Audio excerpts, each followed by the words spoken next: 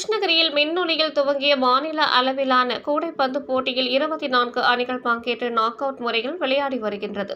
கிருஷ்ணகிரி மாவட்ட கூடைப்பந்து கழகத்தின் சார்பில் 7வது மாநில அளவிலான சாம்பியன்ஷிப் கூடைப்பந்து போட்டி கிருஷ்ணகிரி மாவட்ட விளையாட்டு அரங்கில் துவங்கியது.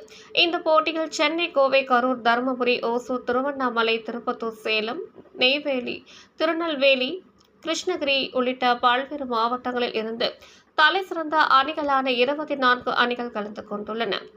மின்னொலியில் துவங்கி உள்ள இந்த கூடைப்பந்து போட்டியில் விறுவிறுப்பாக விளையாடி வருகின்றனர். நாக் அவுட் முறையில் நடத்தப்பட்டு வரும் இந்த போட்டியில் கிருஷ்ணகிரி, தருமபுரி, சேலம், திருப்பத்தூர் ஆகிய மாவட்டங்களைச் சேர்ந்த அணிகள் தீவிரமாக விளையாடி வருகின்றனர். 3 நாட்கள் நடைபெறும் இந்த கூடைப்பந்து போட்டியில் வெற்றி பெறும் அணிக்கு பரிசு தொகை மற்றும் சாம்பியன் டிராபி கோப்பையும் வழங்கப்பட உள்ளது. இந்த போட்டிக்கான ஏற்பாடுகளை கிருஷ்ணகிரி மாவட்ட கூடைப்பந்து கழகத்தின் தலைவர் கில்பர்ட், துணைத் தலைவர் ஸ்ரீதர், செயலாளர் ராகவேந்திரன், துணை செயலாளர் சபாஸ் பாஷா மற்றும் அன்புராஜ் ஆகியோர் சிறப்பாக செய்து வருகின்றனர்.